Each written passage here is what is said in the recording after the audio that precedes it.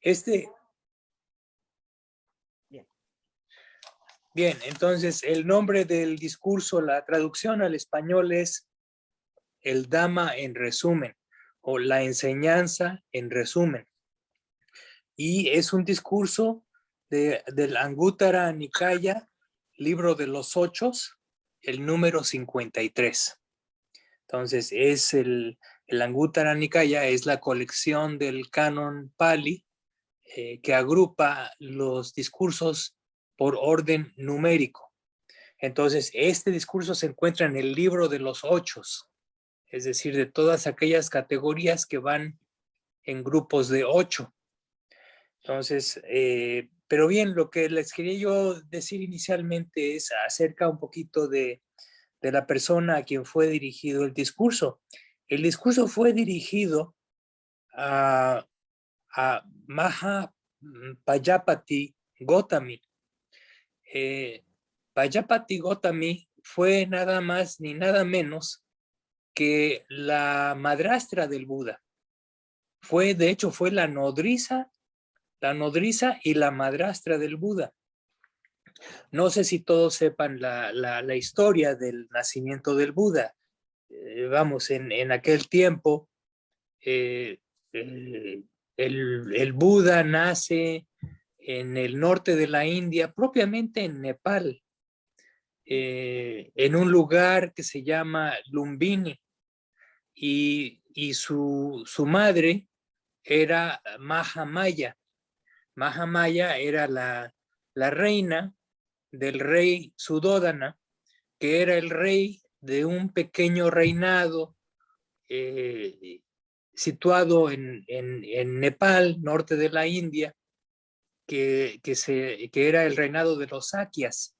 Ellos eran del clan de los Sakyas, y ellos eran de la familia Gotami, o Gotama, o Gautama. Entonces, el Buda nace gracias al cuerpo de Mahamaya. Es toda una historia, pero no quiero adentrarme demasiado en los detalles. Nace y resulta que Mahamaya, su madre, muere a los 7 días. A los 7 días de que nace el Buda, ella muere y renace en el cielo de Tusita. Más adelante, cuando el Buda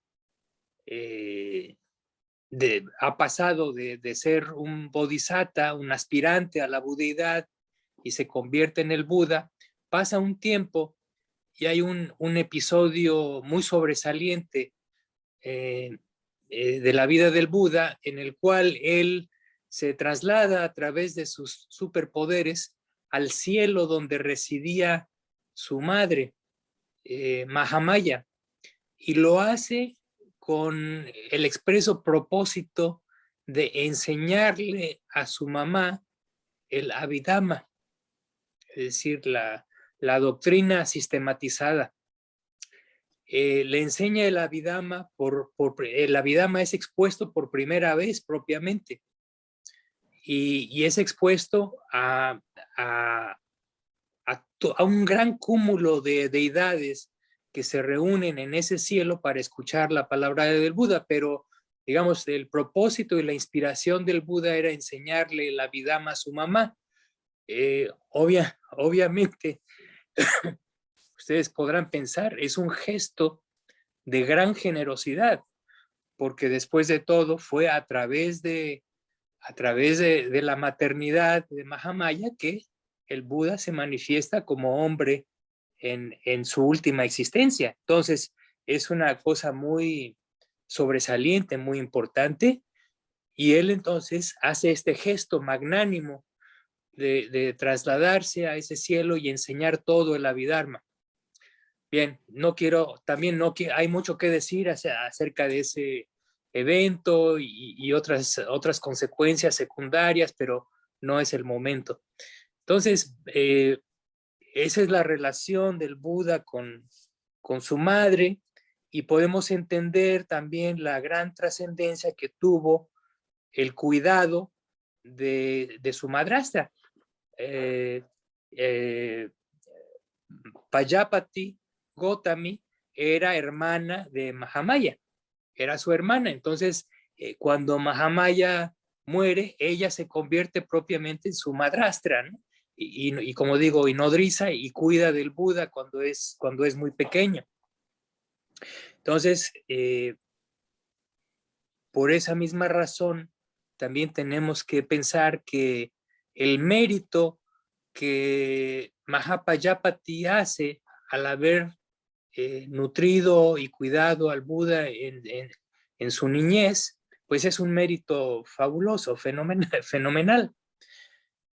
Y resulta que así como el Buda retribuye o le paga a su mamá por darle nacimiento, de la misma forma el Buda podríamos decir que le paga a su madrastra más adelante en la vida. ¿Por qué? Porque resulta que cuando después de que el Bodhisattva se ilumina, se convierte en un Buda, pasa un tiempo, él enseña, va viajando por todo el norte de la India, enseñando en los pueblos, en las villas, en las grandes ciudades también. Y entonces su madrastra se entera de que el Buda anda ahí merodeando, enseñando, y se despierta en ella una aspiración muy fuerte porque ella se entera, desde luego se entera que el Buda tiene toda una cauda de monjes que son jóvenes, que se han ordenado y que lo han seguido y que se ha establecido la orden. Entonces, Mahapajapati empieza a albergar en su corazón un gran deseo de también, de alguna forma, participar, pero participar como renunciante, porque ella se va enterando de las enseñanzas del Buda y empieza a captar la enseñanza, empieza a captar el significado del Dhamma, y entonces despierta esta aspiración, ya no solamente por escuchar la enseñanza a través de otros conductos secundarios, sino que ella quiere directamente ir con él y no solamente escucharlo, sino que quiere ser ordenada como una mendicante, como una renunciante. Y entonces sucede algo un poquito, bueno, es un poco extraordinario y es un poco dramático, si ustedes quieren. Digo, para hacer una película queda muy bien, ¿no? O sea, sería una película muy, muy emocionante. Ella decide en un momento dado reunir a un cierto número de mujeres que tenían la misma idea, y reúne a un gran número de mujeres, creo que eran cientos de ellas, y deciden trasladarse hasta donde se encontraba el Buda. Pero estamos hablando de la India hace más de 2500 años, y la distancia que los separaba aproximadamente era algo así como entre 700 y 900 kilómetros. Ahora, en aquellos tiempos, ese peregrinaje lo hicieron ellas a pie. Ahora, imagínense ustedes, estas mujeres, incluyendo Mahapajapati, son mujeres de la corte real. Son mujeres que toda su vida han vivido una vida de lujos, una vida de comodidades. Son de pies delicados, ¿sí? Pero su aspiración espiritual es tan grande que a ellas no les importan las dificultades, y emprenden ese peregrinaje. Y desde luego, no solamente es la dificultad de trasladarse, la dificultad de proveerse de comida. Piensen ustedes que la India hasta la fecha, actualmente, es uno de los lugares más peligrosos para las mujeres, ¿sí?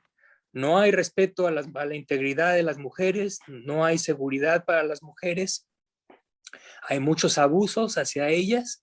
Eso es ahora y eso lo fue hace 2500 años. Entonces, ellas tienen que arrostrar con estas grandes dificultades, pero así lo hacen.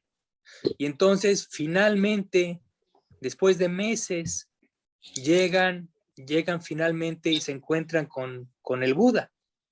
Ahora, no quiero hacer la historia muy larga porque esto es otro tema muy grande, pero eventualmente el Buda ordena a su madrastra y ordena a las mujeres que la acompañan, y de esta forma, por primera vez en la historia de la vida religiosa humana, se establece una orden de monjas mendicantes, la orden de Bhikkhunis, ¿sí? Y entonces Mahapajapati Gotami es la de más antigüedad, digamos que es la cabeza de la orden por haber sido ordenada ella la primera, y de hecho durante la vida del Buda, esta orden de mujeres crece, se hace grande, se hace muy fuerte, y, y miles de ellas se iluminan bajo el albergue de esta orden. Entonces es una historia fabulosa, fantástica. Cabe mencionar nada más como dato histórico que más o menos en esa época también la, la religión jainista, también es la primera que ordena mujeres mendicantes. Entonces son contemporáneas la orden de monjas budistas y la orden de monjas jainistas coexiste en la misma época. Algo realmente sobresaliente, porque ustedes tienen que entender las constricciones, las rigideces sociales y culturales que se oponían totalmente, no solamente a los monjes renunciantes budistas. Eso ya de por sí era escandaloso, era toda una afrenta hacia los brahmanes. Ahora imagínense que encima de esto, estas dos religiones ordenan mujeres como mendicantes. Bueno, vamos, nosotros actualmente, puesto que ya hay mucho más igualdad de género, que todavía nos falta mucho por llegar a ella, pero bueno, hay más que hace 2500 años en la India. Imagínense en aquel entonces hacer una cosa tan radical, una cosa, pero una cosa que ponía a los brahmanes completamente fuera de sí, ¿no? Hubo muchas críticas, pero nunca, esas críticas y esa oposición brahmánica nunca pudo contra el propósito de ese proyecto, ¿no? Y como les digo, entonces la orden de mujeres crece y se hace muy fuerte durante el tiempo del Buda. Pero bueno, entonces ese es el contexto y esa es la historia de la madrastra del Buda. Y ahora, ya que ella es una monja ordenada, como es la costumbre, como era la costumbre en las reglas de la orden, las monjas, de acuerdo a esta regla, cada 15 días van y solicitan a los monjes instrucción. Es parte de su regla, parte de los procedimientos oficiales de la orden. Entonces, en ese contexto parece ser que se origina este discurso. Es un discurso que es dado a Mahapajapati por el Buda cuando ella se acerca a él para hacer la solicitud de la enseñanza. Entonces, les voy a leer el discurso porque es un discurso muy interesante. Como les dije, es una reseña abreviada de lo que es la enseñanza, ¿sí? Se llama el Dhamma en resumen y dice así: en una ocasión, el bendito, es decir, el Buda, residía en Besalí, en el gran bosque, en la sala de techo apuntado. Entonces, Mahapajapati Gotami se acercó al bendito, le rindió homenaje y permaneció parada a un lado. Así parada le dijo: sería bueno, Señor, si el bendito me enseñase el Dhamma en breve, de manera que habiéndolo escuchado de boca del bendito, pudiese residir en soledad, apartada, diligente, ardorosa y con resolución. Y entonces el Buda le dice: Gotami, cuando sepas de ciertas cosas, estas cosas conducen a la pasión, no al desapasionamiento, al apego, no al desapego, a la acumulación, no a la disminución, a tener muchos deseos, no a tener pocos deseos, al descontento, no a la satisfacción, a la sociabilidad, no a la reclusión, a la indolencia, no al fomento del esfuerzo, a una vida de lujos, no a la frugalidad. De tales cosas puedes tener certeza. Esto no es el Dhamma, esto no es la disciplina, esto no es la enseñanza del maestro. Pero Gotami, cuando sepas de ciertas cosas, estas cosas conducen al desapasionamiento, no a la pasión, al desapego, no al apego, a la disminución, no a la acumulación, a tener pocos deseos, no a tener muchos deseos, a la satisfacción, no al descontento, a la reclusión, no a la sociabilidad, al fomento de esfuerzo, no a la indolencia, a la frugalidad, no a una vida de lujos. De tales cosas puedes tener certeza. Este es el Dhamma, esto es la disciplina, esto es la enseñanza del maestro. Y ese es entonces el discurso que él le da. Entonces, en estas formas, el Buda le compensa o le paga de regreso, más que le paga a su madrastra por haberle dado los servicios y el cuidado que se le dio cuando era un niño, ¿no? Él no solamente le enseña el Dhamma, sino que la ordena como monja y posteriormente le ofrece muchas enseñanzas y por supuesto, en un momento dado ella logra el máximo estado de santidad, ella logra el estado de Arahat, entonces cumple su cometido espiritual en forma completa, ¿no? Entonces es una gran historia y este es un gran discurso en donde con palabras muy sencillas nos dice los lineamientos generales, nos dice cuál es la actitud que uno debe tener para comportarse y buscar aquellas cosas que están de acuerdo con la enseñanza. Entonces, estas son el desapasionamiento, el desapego, la disminución de cosas, de propiedades, el fomento de pocos deseos, el contento con lo que se tiene, la reclusión, ¿sí? En oposición a la sociabilidad y a la distracción, el fomento del esfuerzo, que es algo muy importante en la doctrina del Buda. El Buda siempre está insistiendo en que su doctrina es una doctrina de 100% esfuerzo, ¿no? Aquí no hay gracia divina. Aquello que se logra no es por gracia externa, sino es completamente por el esfuerzo personal, ¿no?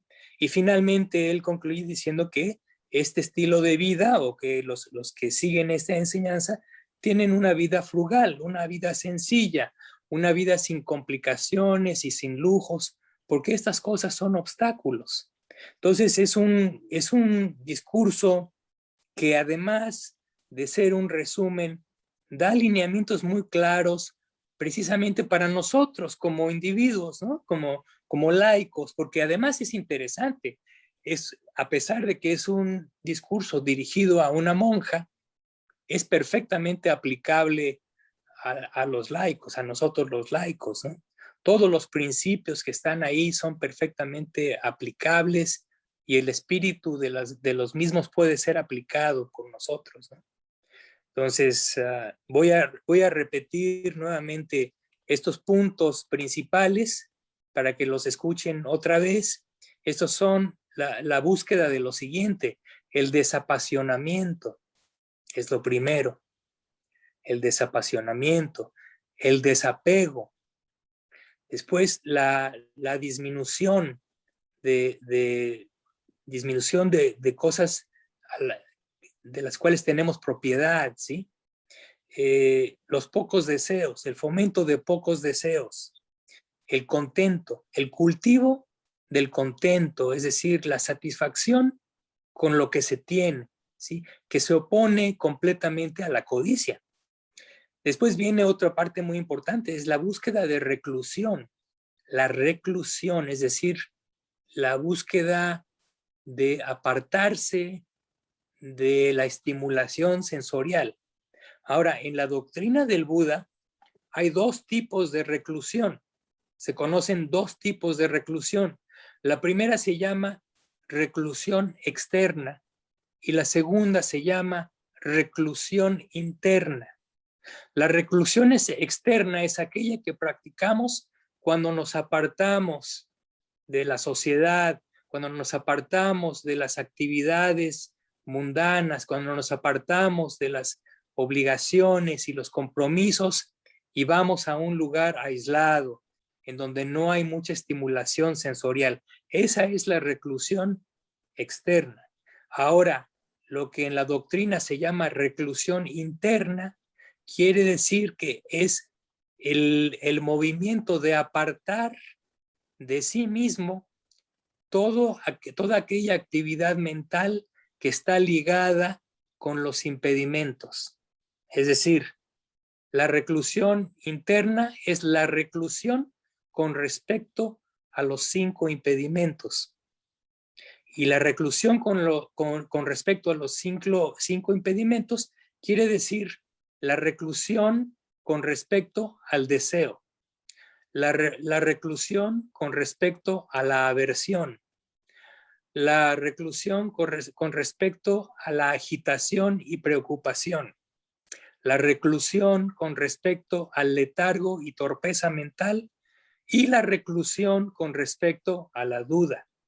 Entonces, la reclusión interna consiste en que a través de la concentración uno se aparta, uno se recluye con respecto a estos impedimentos que constantemente están operando en nuestra vida cotidiana, ¿sí? Entonces, esa es otra parte importante en este discurso, el aspecto de reclusión. Después viene como penúltimo el fomento del esfuerzo. Ya les dije que es una parte importantísima en la enseñanza del Buda, constantemente fomentar el esfuerzo para purificar la mente o para seguir los lineamientos morales y el esfuerzo por intentar lograr sabiduría. Y finalmente, el último punto es la búsqueda de una vida frugal, una vida sencilla, una vida sin complicaciones, sin muchos compromisos, ¿sí? Entonces, esos son los lineamientos de esta enseñanza del Buda, que es la enseñanza en breve, ¿sí? Bien, ahora no sé si tengan alguna pregunta. Bueno, muchas gracias, Miguel. Sí. No sé si tienen alguna pregunta, que levanten la mano, que yo le doy el auto. En realidad, Miguel, es lo que tú decís, el esfuerzo, por algo en el Mahasatipatthana Sutta, las últimas palabras del Buda, ¿no? En Maha Parinibbana Sutta, las últimas palabras del Buda es eso, esforzados con diligencia, ¿no? Hacer esfuerzo con diligencia. Sí. Fueron las últimas palabras. Sí, fueron las últimas. Imagínense la importancia que tiene este aspecto, ¿no? Sí.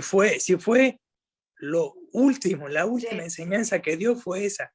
Sí. Hagan esfuerzo, sí. Es verdad.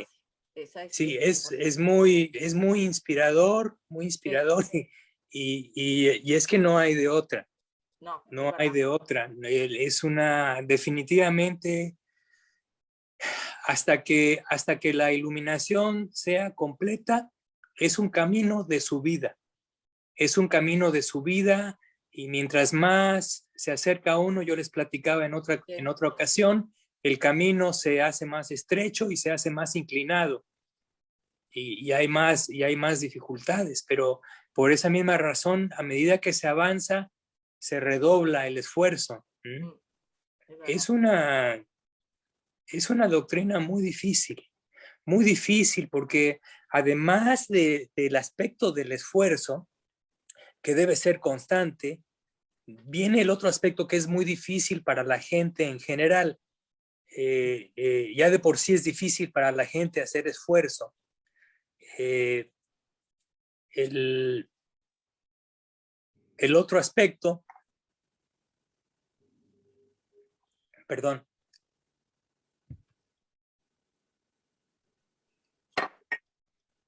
se me fue la idea.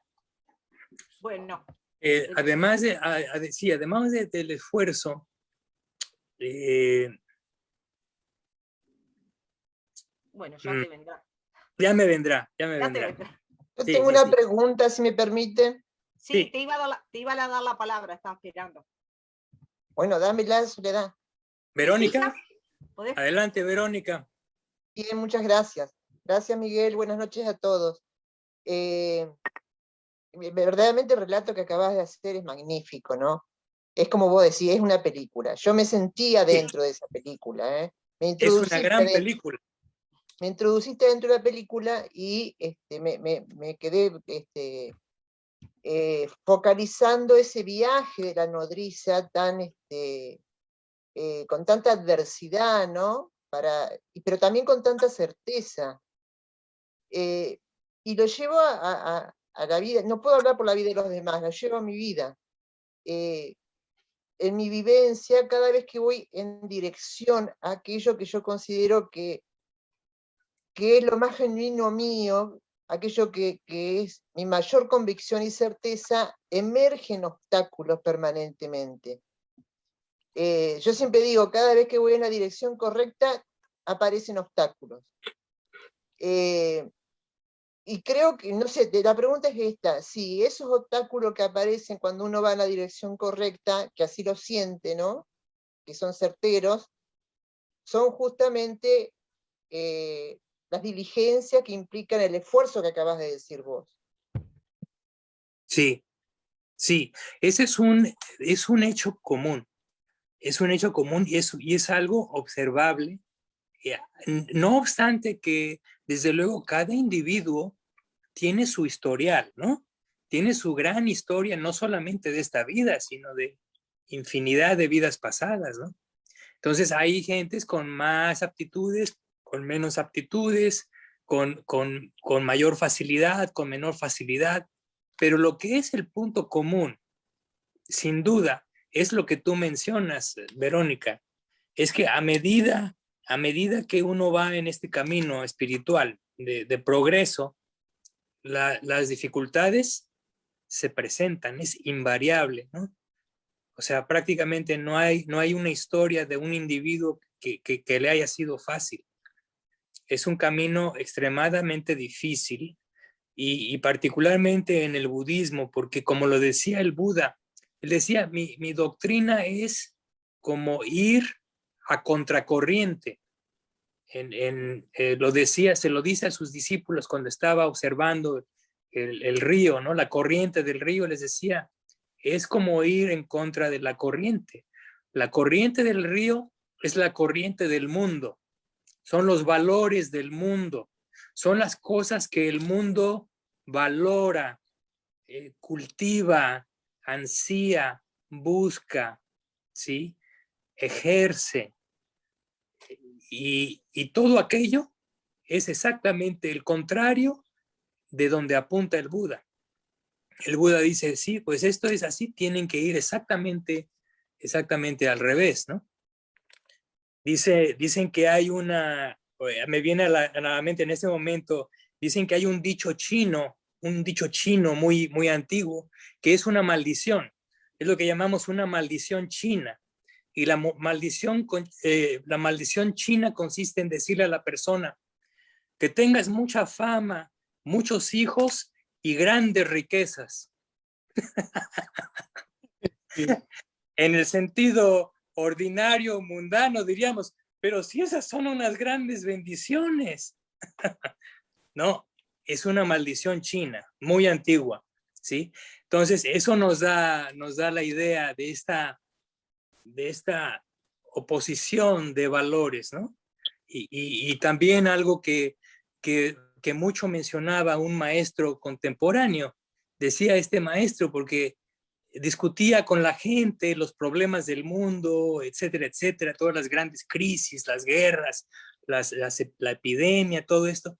Y él decía, en resumen, decía, lo que pasa es que esta no es una cultura de sabiduría. Esta cultura nuestra, este mundo actual, no es una cultura de sabiduría. Es una cultura que tiene otras cosas como valores, como objetivos, pero ciertamente lo que no es una cultura que está enfocada hacia el desarrollo de sabiduría. Por eso estamos como estamos, ¿sí? Entonces, esta doctrina del Buda va en contra de la corriente, va en contra totalmente de los valores mundanos que nosotros consideramos normales, hasta cierto punto beneficiosos o deseables también, ciertamente. En la doctrina del Buda se piensa dos veces, cada cosa se piensa dos veces. Sí, entonces es muy interesante. Pero, y claro, esto mismo, el contenido de este discurso que les leí, precisamente da esos los lineamientos. Los lineamientos, y si uno analiza cada uno de estos puntos, se da uno cuenta que eso no es la tendencia natural de la mente, no es la tendencia natural de la persona ordinaria, ¿sí? Sí, la gente quiere apegarse, la gente quiere vivir con pasión, la gente quiere propiedades y cosas, autos, casas, la gente quiere poder, fomenta muchos deseos, pero claro, casi siempre está descontenta, busca la sociabilidad, la diversión, ¿sí? Y si se puede, una vida de lujos también. Entonces, todo es al revés. Todo es al revés en la doctrina del Buda, por eso es difícil de aceptar, muy difícil de aceptar, difícil de entender, difícil de adoptar, es difícil, es muy difícil, porque hay una cuestión muy importante, que nosotros surgimos del seno de esta sociedad. Entonces, como digo, no es una sociedad enfocada a la sabiduría, entonces hemos sido inculcados desde pequeños toda una serie de valores, ¿sí? Que nos han hecho ser lo que somos. Entonces, cuando uno llega a la enseñanza del Buda, hay todo un enfrentamiento de valores, ¿sí? Y uno se da cuenta que ahora, si uno quiere seguir este camino, tiene que empezar a deconstruir todo aquello que uno con mucha dificultad ha ido construyendo. Eso es difícil. Para empezar, no solamente es difícil hacer, es difícil de aceptar. Por eso esto no entra a la primera. O sea, no es una cosa que entra a la primera exposición, es una cosa que tiene que entrar muy gradual, muy poco a poco, con mucho análisis, con mucha paciencia, tratando de entender a lo largo de un gran tiempo, ¿no? Entonces es natural, es entendible, pero sí, es un giro de 180 grados, de eso no cabe duda, no cabe duda. Es que vamos contra todo lo que se crea de lo que es el éxito, ¿no? O sea que, Lo que es el éxito Claro. Y sobre todo, todo aquello que da sustancia al ego. Exactamente. Todo aquello que construye nuestro ego, lo que creemos que somos, lo que creemos que valemos, ¿sí? Todo eso, o sea, va totalmente en contra de eso.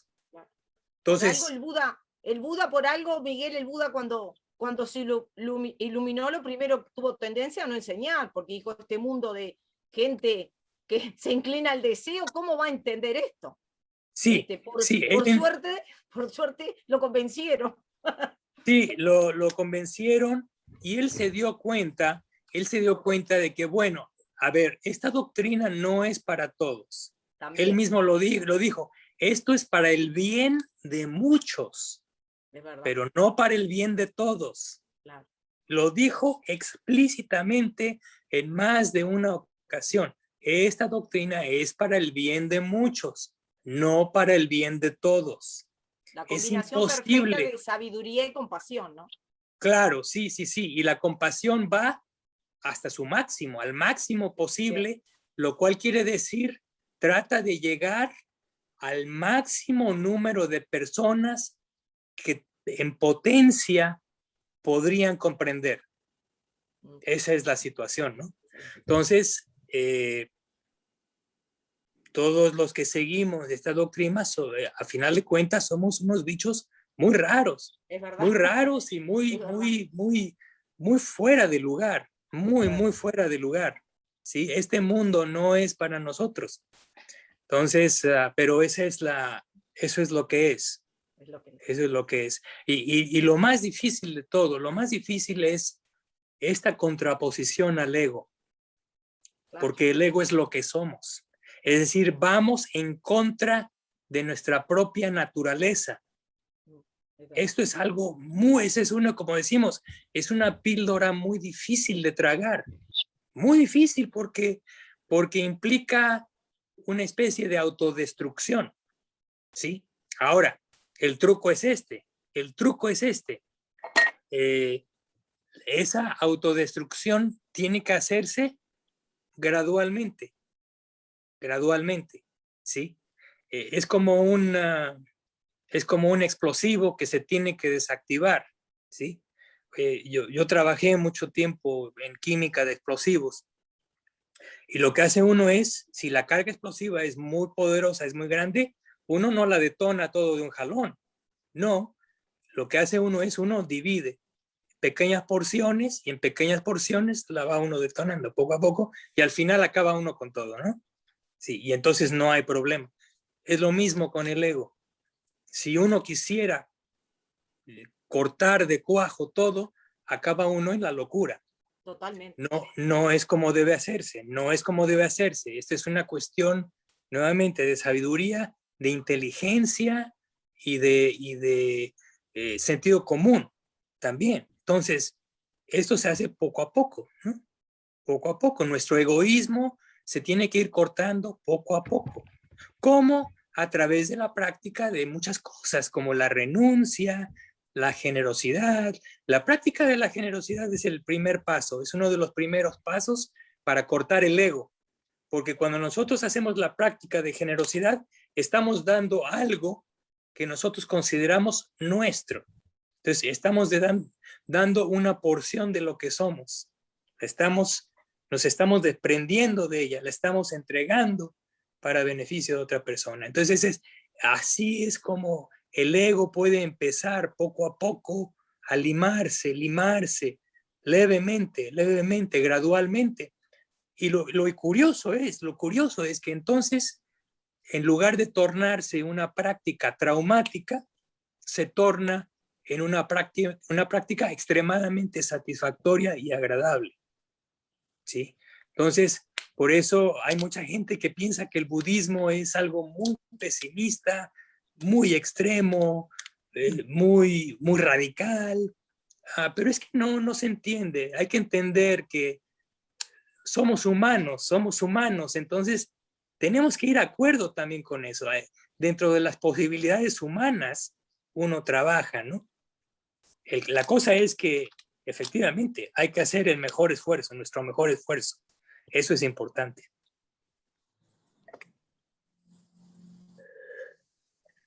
¿Algún otro comentario? Creo que Zulma, quería preguntarte, Zulma. Sí, por Sí, favor.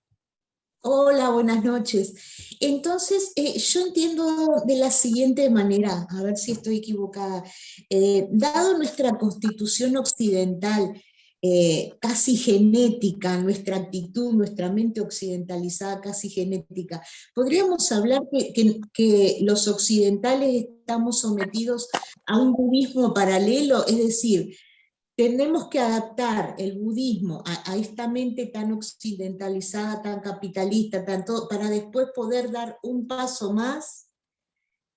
Esa No es sé si buena, se es entiende. una buena pregunta, es una buena pregunta.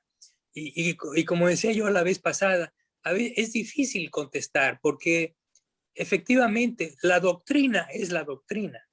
Por ejemplo, lo que yo les leí el día de hoy, es algo que no tiene que ver absolutamente nada con aspectos culturales, ¿no? Claro. El desapego es el mismo desapego en Uruguay que en Beijing, ¿no? O sea, son cosas universales. Pero efectivamente, Zulma, tú lo puntualizas muy correctamente. Hay ciertos aspectos de nuestro crecimiento en el seno de esta sociedad occidental que hace que nuestra mentalidad adquiera ciertos tintes, ciertas características que muchas veces chocan un poco con la doctrina budista, o si no chocan, simplemente hacen que se adapte con dificultad, ¿sí? Porque No encaja. son cuestiones culturales que no embonan tan fácilmente con esta mentalidad budista, porque ahora, como mucha gente lo dice, sí, es que esta cuestión budista es la mente de los orientales. Y efectivamente, uno lo ve. Por ejemplo, hoy reflexionaba yo, una de las grandes diferencias, el occidental es individualista, el oriental es de comunidad. Sí, el oriental, por ejemplo, el tailandés, piensa primero en el grupo, en la comunidad, antes de pensar en sí mismo. Y en Occidente es primero yo y después lo demás. ¿Sí? Y claro, desde luego que esto es parte del éxito individual en Occidente, ¿no? La gente que hace esfuerzo por sí mismo, estudia una carrera, se desarrolla, sigue haciendo esfuerzo, estudia maestría, doctorado, va adelante, o trabaja para hacer un negocio, para construirlo. Es muy individualista y claro, así es la forma en la que se logran ciertos éxitos de tipo mundano, ¿no? Por ejemplo, la gente en Tailandia no tiene este empuje, ni esta dirección tan marcada. Son mucho más relajados, ¿no? Les importa más la comunidad, cómo funciona el grupo, ¿sí? Se refugian en el grupo, no se refugian en su personalidad, ¿no? Por eso son tan homogéneos.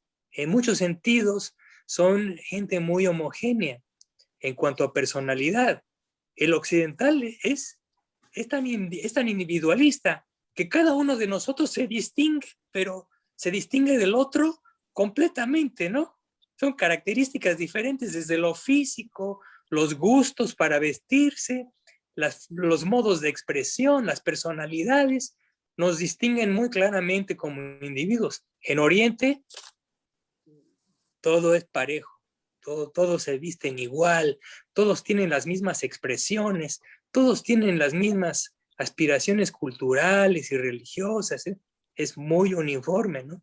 Entonces, eso establece diferentes formas en las que se absorbe la enseñanza.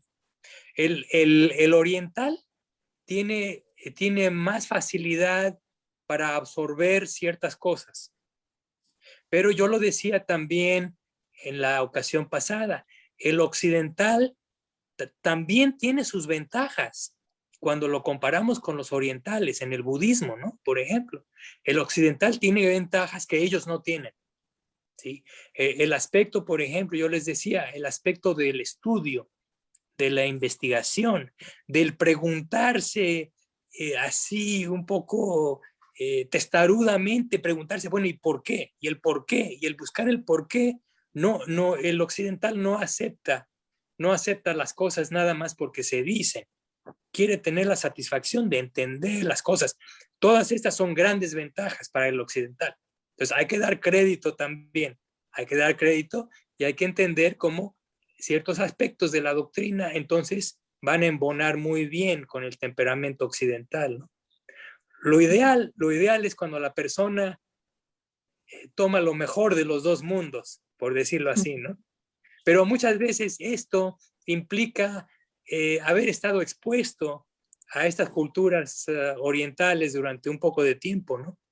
Porque cuando uno se expone a estas culturas, uno entonces empieza a entender, dice, ya entiendo por qué son así, ya entiendo por qué tienen este comportamiento, ¿no? Ya entiendo por qué nos ven de una forma muy extraña, ¿no? Ya lo entiendo. ¿Por qué? Porque hemos navegado los dos mundos, ¿no? Y así es, ¿no? Así es. Entonces es interesante, muy interesante. No sé quién más tiene alguna pregunta. ¿Alguien? ¿Alguna pregunta para Miguel? ¿Alguien? Sí, si nadie pregunta, no quiero quitarle la oportunidad a nadie. Venga, venga. Esto de la generosidad que dijiste, ¿no? Que mencionaste la generosidad, Sí. que sería, y la generosidad la asocio con la comunidad, la ayuda mutua. Claro. ¿Es eso o no? Es parte de, es un gran aspecto, ciertamente, ¿no? Ciertamente, como digo, es una de las primeras prácticas que va directamente en contra del ego, ¿no? De esta construcción, porque el ego no es una cuestión sustancial, esencial, es una construcción conceptual. El problema es que se nos hace tan evidente, se nos hace tan obvia que ni siquiera la cuestionamos, pero en realidad es una construcción y para llevar a cabo esta deconstrucción, la generosidad es una de las principales y primeras armas para empezar a disminuir el egoísmo. Y como tú dices correctamente, Verónica, esto de disminuir el egoísmo, precisamente causa que al disminuir el egoísmo se acrecenta la conciencia de grupo, la conciencia de los demás, de que hay otros seres alrededor de nosotros que son igual que nosotros, que también tienen sensaciones, percepciones, emociones, es decir, empezamos a ponernos en los zapatos de los demás, ¿no? Y eso es como resultado también de esta actitud de generosidad, porque la generosidad es algo muy amplio, es una práctica muy amplia, no implica como mucha gente piensa que es solamente dar dinero, por ejemplo, ¿no? O dar bienes materiales. En la generosidad uno puede dar muchas otras cosas, ¿no? De sí mismo, ¿no? O sea, por ejemplo, dar tiempo, dar nuestro tiempo para ayudar a los demás. Es un acto puramente de generosidad, ¿no? El dar enseñanza, por ejemplo, el compartir lo que uno sabe con nosotros, con los demás, es generosidad, porque de otra forma no habría ese móvil para hacerlo, ¿no? En fin, son toda una serie, toda una gama muy, muy extensa. De hecho, la generosidad es un arte, es un verdadero arte y tiene tantas facetas, tiene múltiples facetas y múltiples factores para su desarrollo. Sería muy bueno que en una de nuestras reuniones futuras les hiciera también una pequeña exposición acerca de la práctica de la generosidad. Yo creo que ese sería un buen tema para la próxima plática. ¿Por qué no hacemos eso? Bueno, Voy a preparar una exposición más o menos, no muy larga como la de hoy, unos 20, 30 minutos, hablo acerca de la generosidad y sus diferentes aspectos y luego lo discutimos. ¿Les parece bien? perfecto. Magnífico. Sí, Sí. Miguel, Sí, muy bueno. Verónica, creo que Verónica tenía todavía otra observación. No, todo perfecto, perfecto el tema. Ok, entonces, ¿quién sigue? no sé si no hay nadie para preguntar, quería yo. Sí. Bueno, Miguel, no, que yo me quería también hacer referencia a la parte esta que hablaste de todo lo que uno tiene que hacer, desapasionarse, ¿no? Desapegarse y todo como para empezar el Sí, camino, ¿no? claro. Y en realidad es la parte que cuando yo leía un sutta en donde hablaba el Buda de quedarnos en nuestro dominio, ¿no? Porque al salir al mundo, eso, al tener relacionamientos, por eso también de recluirse un poco, es no solamente es una reflexión y te hago una pregunta si es así, no es solamente para evitar, vamos a decir, los estados de placer, placentero, la búsqueda continua, sino también, recluirse también es para evitar los estados de aversión, porque muchas Sí, veces las situaciones externas o nos provocan eso, un malestar. Entonces yo he leído que una de las maneras es que si uno no puede con el estado insano del deseo o de la adversión, es quizá apartarse de ese lugar que le provoca, que es condición para que surja el estado insano, ¿no? claro, claro. Ahora, ustedes saben que las tres raíces de lo malsano o de lo insano son el deseo, la aversión y la ignorancia.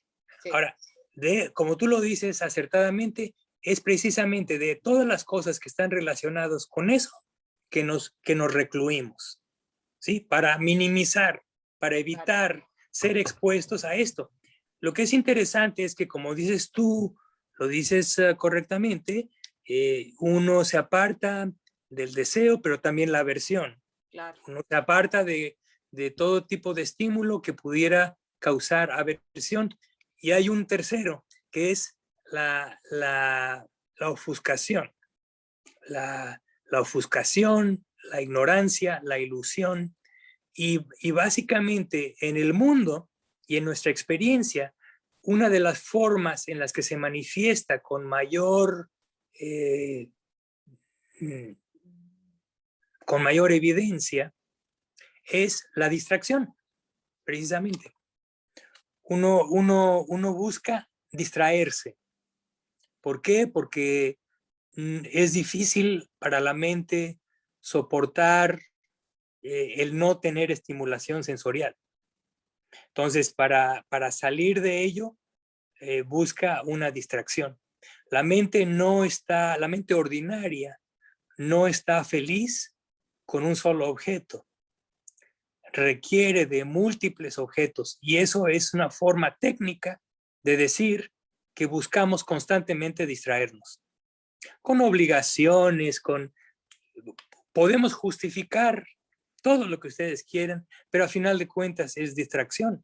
Entonces la reclusión consiste también no solamente en apartarse del deseo, apartarse de la aversión, sino apartarse de la distracción también. Entonces, poca estimulación sensorial, eso es la frugalidad, ¿sí? Un estilo de vida sencillo, donde no haya demasiadas cosas que hacer o demasiadas cosas que atender, ¿sí? Es importante, es muy importante. Muy bien, bueno, hemos tenido una buena sesión el día de hoy. Continuamos entonces la semana que entra, vamos a tocar el tema de la generosidad y por lo pronto les deseo mucho bienestar y bien, ya que lo hemos mencionado tanto, hagamos esfuerzo, hagamos un poquito extra de esfuerzo esta semana en nuestra práctica Si nos sentamos a meditar 10 minutos, hagámoslo 15 minutos, ¿eh? Un poco más de esfuerzo, ¿eh? Que estén muy bien. Gracias, mejores Miguel. deseos. Que estén bien. Gracias, Miguel. Gracias. Muchas gracias. Gracias, Miguel, que pase bien. Chao, buenas noches. Gracias. No le dije, pero bueno, yo le dije que estaba mal con la conexión, ¿no? Que estaba mal con la conexión. Ricardo escribió. Por eso. Jonathan escribió que Edgardo no se puede. Ay, ¿qué hice? ¿Cómo hago para...? A ver, ¿cómo reactivo todos a la vez? A ver. Permitir que los partidos... Está permitido, ya está permitido. Ah, se ya le da está, por ya está. activar su teléfono. Se pueden reactivar todos. Se Ya pueden está, ya reactivar está. Que todos. sí seguís grabando, Sole. Estás ¿Qué? grabando. Ah, sí, perdón. Está, voy a sacar. Qué desastre soy, pero bueno. Detener grabación. Perfecto.